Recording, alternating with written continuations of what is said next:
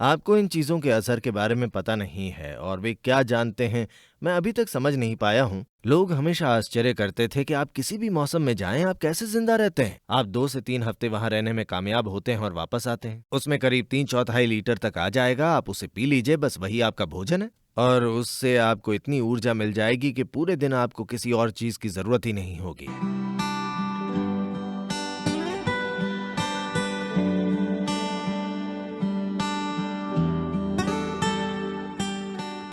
हम भूल चुके हैं कि मिट्टी सबसे महत्वपूर्ण और सबसे जटिल और परिष्कृत जीवित प्रणाली है, केवल इस धरती पर ही नहीं बल्कि पूरे ब्रह्मांड में। in the universe.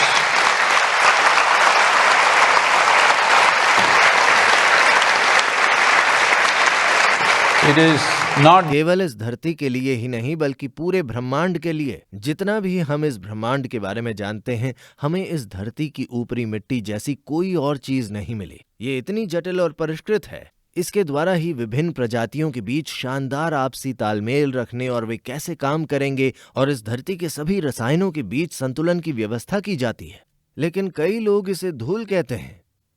अगर वो धूल है तो आप और मैं धूल के बंडल हैं। hello. हेलो, है कि नहीं? तो दुर्भाग्य से हम जिंदा चीजों के साथ निर्जीव चीजों की तरह बर्ताव कर रहे हैं, जबकि निर्जीव चीजों के साथ भी ध्यानपूर्वक बर्ताव करने की जरूरत होती है। लेकिन दुर्भाग्य से जीवित तत्वों के साथ हम ऐसा ही बर्ताव कर रहे हैं, क्योंकि हमारे दिमाग में ये विचार डाला गया है कि यहाँ सभी दूसरे जीव केवल मनुष्यों के उपयोग करने के लिए हैं। मैंने काफी समय भारत के जंगलों में बिताया है।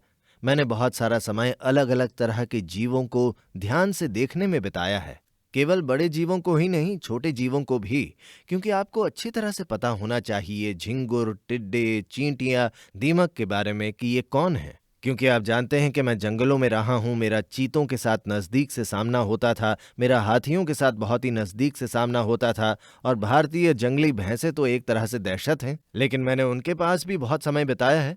इसके बावजूद 2-3 हफ्तों के बाद जब आप जंगल से बाहर निकलते हैं तो एक चीज जो आपको सच में याद रहती है वो है कीड़े। Really? वास्तव में आपको पता नहीं कि ये चीजें क्या असर डाल सकती हैं और वो क्या जानते हैं, मैं अभी तक नहीं समझ पाया हूं।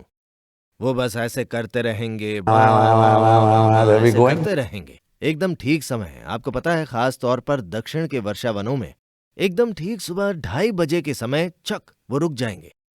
30 सेकंड के अंदर दूसरा झुंड शुरू हो जाएगा। Bon. वो घंटों ऐसे ही करते रहेंगे, हर रोज। मैं बस घड़ी की तरफ देखता था, ठीक 2:30 सुबह के समय। वो क्या करते हैं?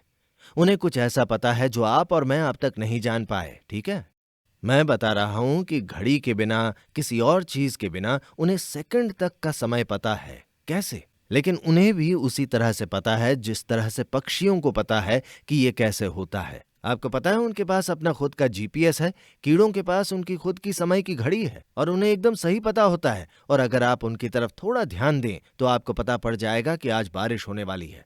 मैं जंगल में बिना किसी सामान के रहा हूँ, केवल मैंने जो कपड़े पहने होते हैं उसके अलावा और कुछ नहीं। इसलिए बारिश एक महत्वपूर्ण हिस्सा है, क्योंकि अगर एक बार दक्षिण भारतीय जंगलों में बारिश शुरू हो जाती है तो 3 दिनों तक बिना रुके लगातार बारिश हो सकती है, ठीक है?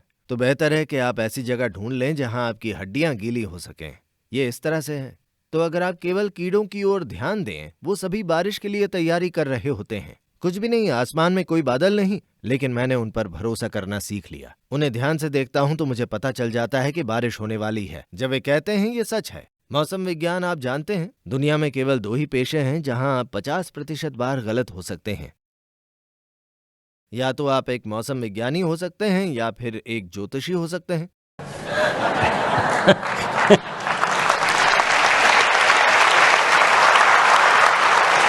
मैंने सुना है I आप लोग heard that. शहद में डूबे हुए हैं, तो मैं आपको मेरी शहद की कहानी सुनाता हूँ। क्या मैं उन्हें एक शहद की कहानी सुना सकता हूँ? जी बिल्कुल, मैं तो उनकी तरह ही हूँ। मैं सुन रहा हूँ, मुझे बहुत मजा आ रहा है। कृपया सुनाएं। तो जब मैं भारत के जंगलों में भटक रहा होता था तब केवल एक भोजन ज्यादातर शहद था जिसने मुझे बचाए रखा। मैं कुछ और चीजें भी खाता था जो मैं आपको नहीं बताऊंगा, लेकिन ज्यादातर शहद। लोग हमेशा आश्चर्य करते थे, आप जिंदा कैसे रह पाते हैं? आप किसी भी मौसम में जाते हो, वहां 2 से 3 हफ्तों तक रहने में कामयाब होते हो और वापस आते हो, आप ये कैसे करते हैं? आसान है, मेरी तरकीब थी। अक्सर हम लोग चेकोस्लोवाकी की सवारी करते थे। नहीं, उस वक्त की चेक रिपब्लिक मोटरसाइकिल, ठीक है। आजकल हर बात संवेदनशील होती है, आप पहले की तरह कुछ भी नहीं कह सकते हैं। आप यहाँ थॉमस कह सकते हैं। तो हम जावा या यजदी पर सवारी करते थे। तो आमतौर पर इसमें एक पेट्रोल की नली होती है, आपको 7 से 8 इंच के पेट्रोल की नली की जरूरत होती है, लेकिन मैं हमेशा थोड़ी ज्यादा लंबी, करीब 15 से 16 इंच की पेट्रोल की नली लगाता था, क्योंकि ये सख्त हो जाती है, आपको इसे बार बार काटना पड़ता है और वापस लगाना होता है, रबर सख्त हो जाता है, और ये मेरे शहद के लिए भी काम आती। तो जब मैं जंगल में मोटरसाइकिल खड़ी करता था और इसे टहनियों और बाकी चीजों से पूरा ढक देता था, मैं पेट्रोल की नली निकाल लेता और अपनी जेब में रखकर निकल पड़ता था। तो मैं पेड़ों और पहाड़ियों पर चढ़ता था। मुझे नहीं पता कि आपके यहाँ किस तरह की मधुमक्खियाँ होती हैं, मुझे इसका कोई अनुभव नहीं है। वहाँ हमारे इसे काली मक्खियाँ कहते हैं। वे इतनी बड़ी होती हैं, करीबन 1.5 इंच लंबी, और पश्चिमी घाट पर पेड़ पौधों की बहुत सारी प्रजातियां पाई जाने की वजह से वहाँ का शहद शानदार होता है। शायद दुनिया में उसकी तरह और कोई नहीं है। वहाँ पेड़ पौधों की इतनी सारी प्रजातियां हैं जितनी शायद दुनिया में कहीं और नहीं है। तो मैं वहां गया हूं और इतने बड़े बड़े छत्ते, वो उसे इस तरह की शाखाओं पर बनाते हैं जहां जंगली भालू पहुंच ही न सके। एक जंगली भालू का वजन तकरीबन 70 से 85 किलोग्राम तक होता है।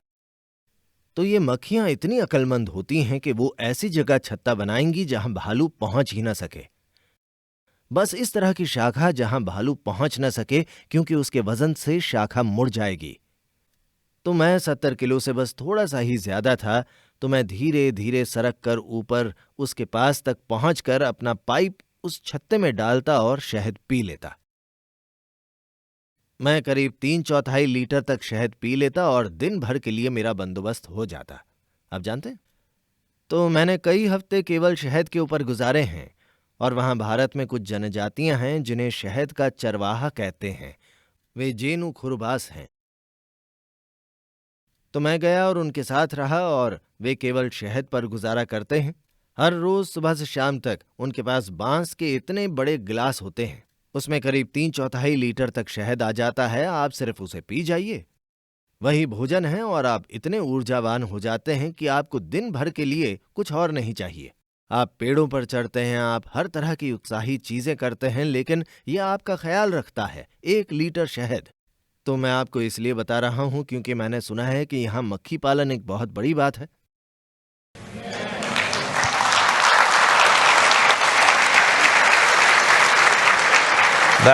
ये शायद सबसे अक्लमंदी वाली चीज है जो आपने इस देश में की है।